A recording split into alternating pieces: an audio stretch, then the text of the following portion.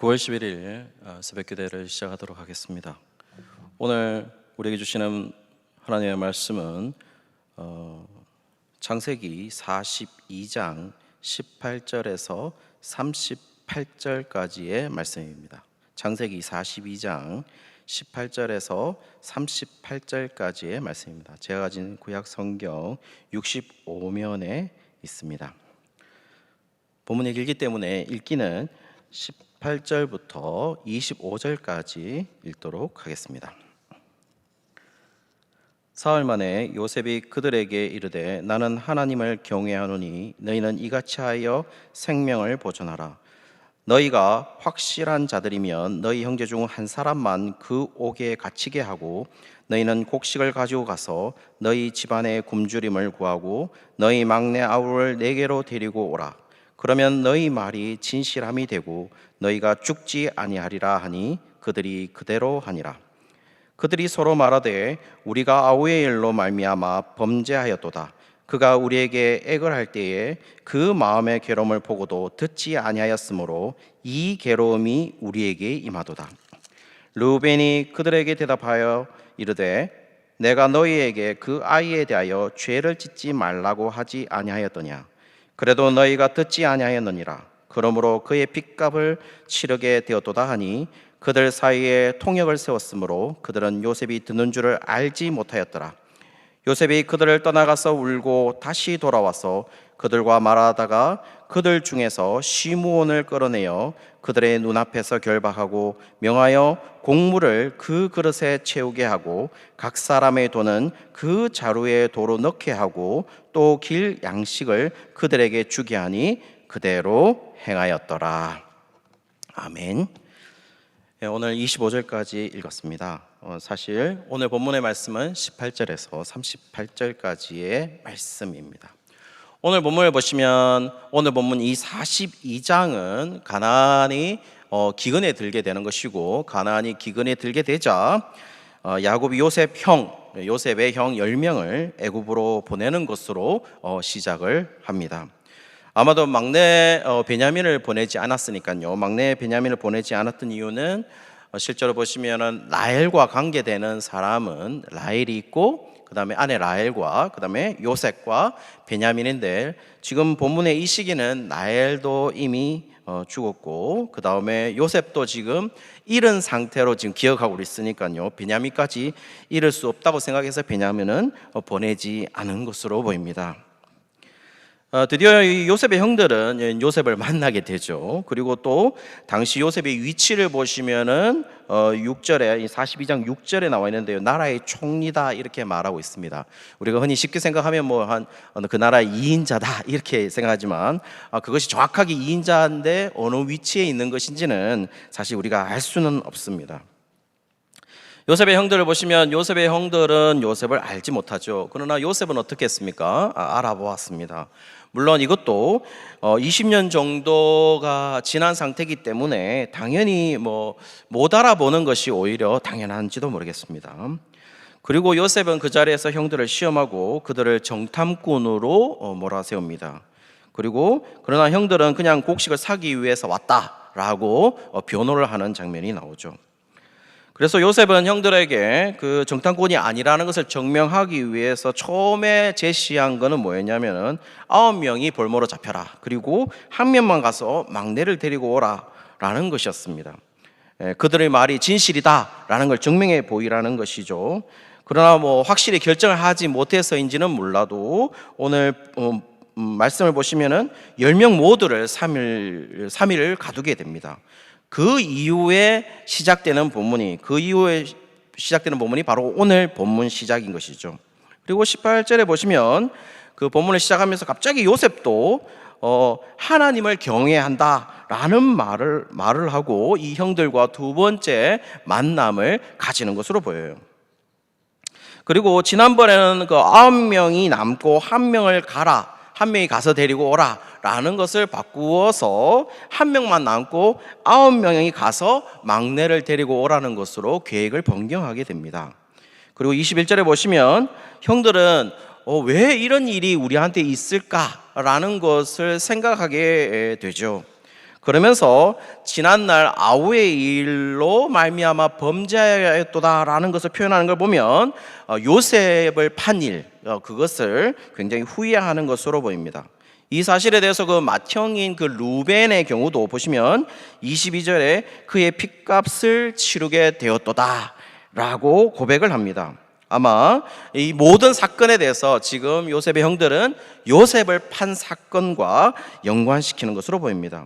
후회하고 참여하는 모습을 본 요셉도 24절에 보시면은 울었다 이렇게 표현하고 있습니다. 그리고 나서 확정한 사건은 뭐냐면은 볼모로 잡는 형을 시므온으로 이제 확정하고 그 다음에 곡식을 채우고 각 사람의 돈은 자루에 도로 놓고 가나안으로 돌려보냅니다. 여기에서 또 중요한 거는 뭐냐면은 그 요셉이 각 사람에게 돈을 넣는 것을 형들은 알지 못했던 것으로 보여요. 그래서 27절에 보시면 자루에 돈이 있는 것을 보고 28절에 도둑 혐의까지 받을 수 있게 된 것으로 인해서 혼이 나서 떨었다라고 표현하고 있는 걸 보면 이 돈이 있었던 것을 형들이 몰랐었던 것으로 보입니다.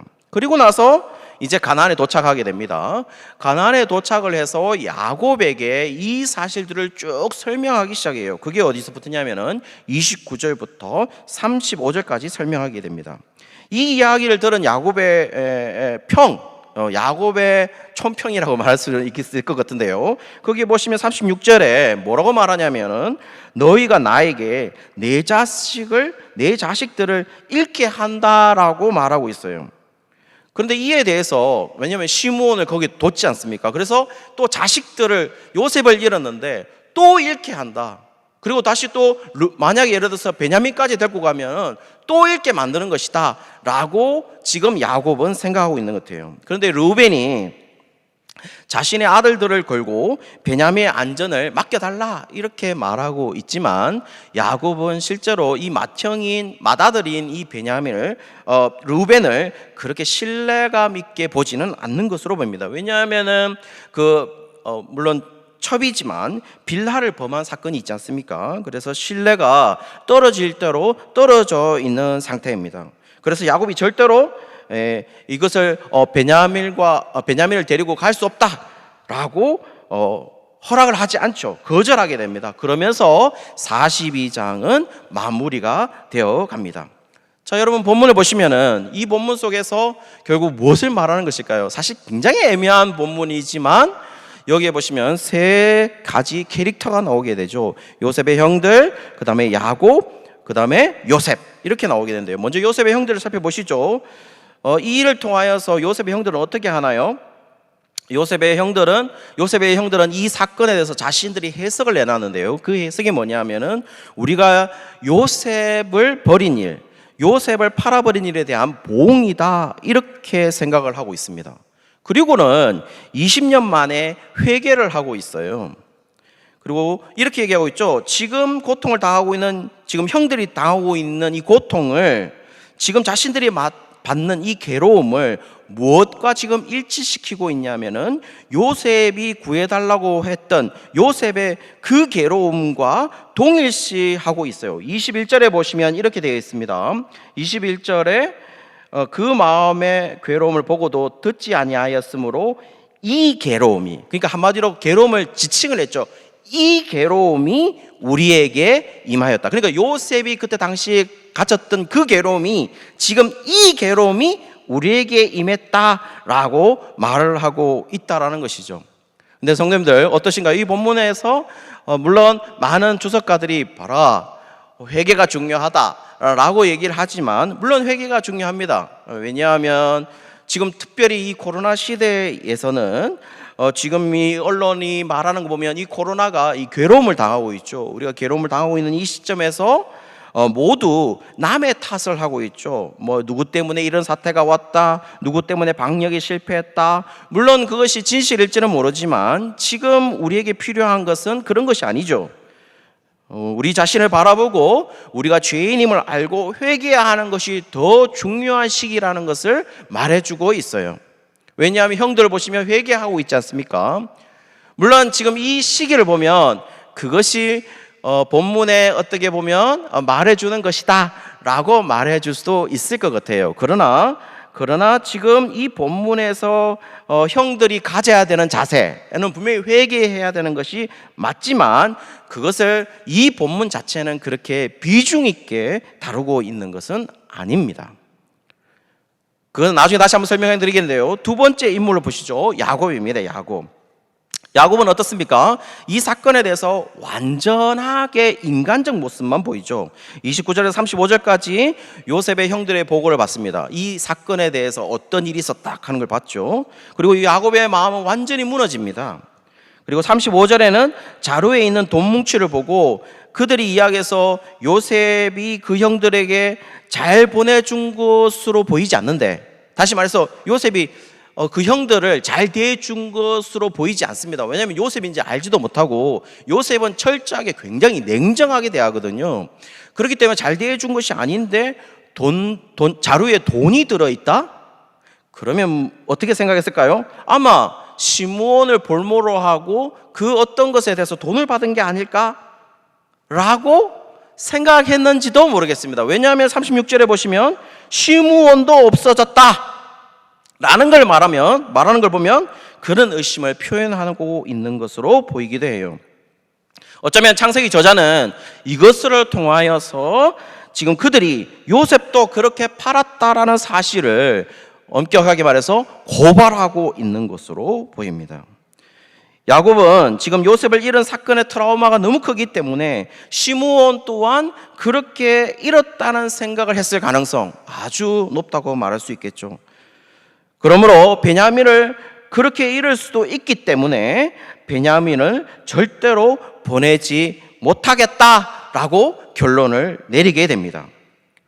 어쨌든 지금 야곱의 모습은 아주 정상적으로 보여요. 아버지의 모습으로 지극히 이해할 만한 행동으로 보입니다. 물론 정상적이고요.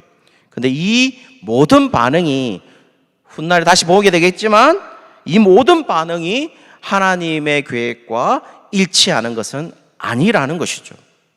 자, 그러면 그 이유를 통해서 좀 설명드려야 될 분은 바로 요셉인데요. 세 번째 캐릭터인 요셉입니다. 요셉을 살펴보면요, 실제로 요셉은 총리로서 굉장히 무정하고 계산적이고 냉정하게 대합니다.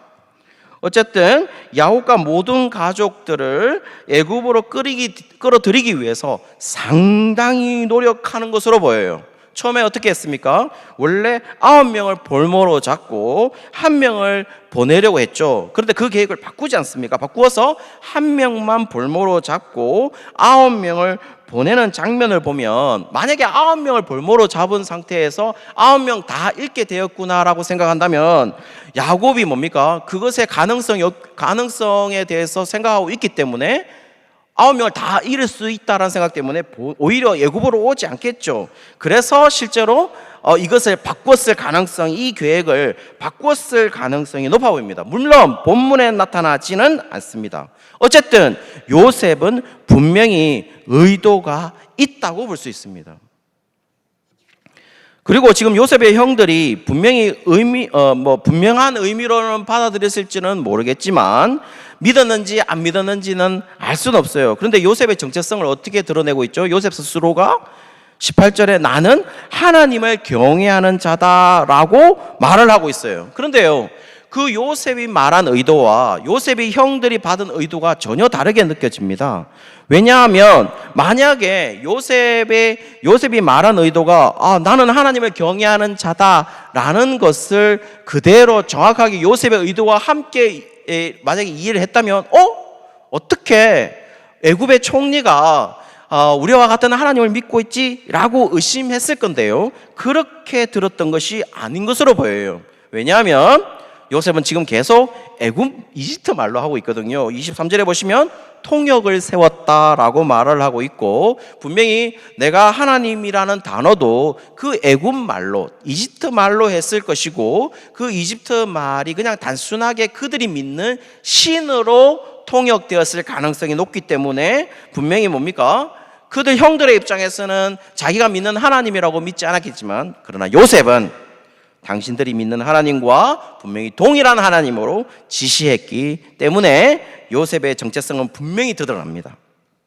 자, 이것을 다 종합하면 요셉 자체는 지금 형들과 만남이 이루어지는 이 사건에서 아버지 야곱과 그의 가족들을 모두 애굽으로 오게 하는 것이 요셉 스스로는, 요셉 자체는 하나님의 계획이라는 사실을 받아들이고 있는 것으로 보여요. 왜냐하면 적어도 이 사건을 기록한 저자, 그냥 이 창세기를 기록하고 있는 이 저자는 모든 사건이 하나님의 계획이라는 사실을 알고 있죠. 그리고 이 시각은 요셉과도 일치하고 있습니다. 41장 32절에 보면 바로가 꿈을 2번 꾸게 되죠.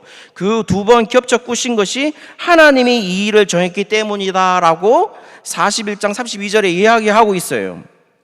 그리고 바로는, 물론 바로는 왜 이것을 2번 꿨는지는 바로는 모르죠. 그러나 이 저자는 분명히 이 바로가 왜 이 꿈을 2번 꿨는지를 분명히 이해하고 있다는 거죠. 그것이 모두 뭐라고요? 하나님이 이 일을 정하셨다. 요셉 또한 마찬가지죠. 요셉 보시면 37장에 자신이 꿈을 꾸게 되죠. 37장 7절에 보시면 곡신의 단이 있는데 요셉 자신의 단에게 형들의 곡식의 단들이 절하는 것을 꿈을 꾸게 되죠. 그 모습이 어디에 드러나죠?